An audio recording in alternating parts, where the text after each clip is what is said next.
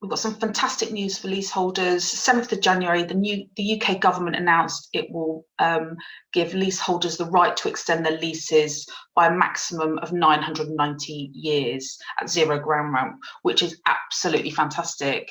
This is the biggest reform of English property law in 50 years, and this is massive for a lot of people. A lot of people trapped, being unable to sell their homes because they're worthless, in effect. I know I have been affected by it as well. You know, a lot of leaseholders have faced very high ground rents, effectively making them renters rather than homeowners. And lobbyists have been campaigning for years on this subject. So there are 4 kind of main headlines coming out of this. First, the government are going to create what's called this COMMONHOLD council, and it's a partnership of leasehold groups, industry and government. They're going to prepare householders for this change in the law and to take up the COMMONHOLD. Under current laws, leaseholders can only extend their normal leases by 50 years. This compares to leaseholders of flats who can extend as often as they wish at zero peppercorn ground rent for 90 years. The changes yesterday mean that they'll be able to extend their leases for 990 years, which is absolutely fantastic at a ground rent of zero.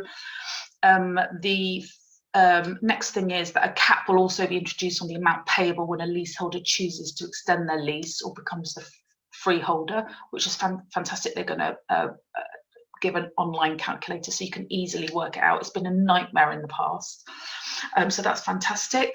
There's also further measures to protect the elderly as well, and they will be treated exactly the same in these retirement leasehold properties as people in normal homes.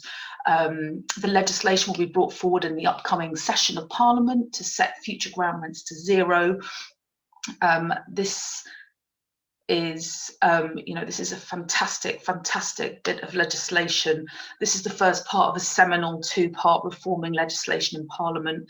A response to the remaining Law Commission's recommendations, including COMMONHOLD, is expected in due course.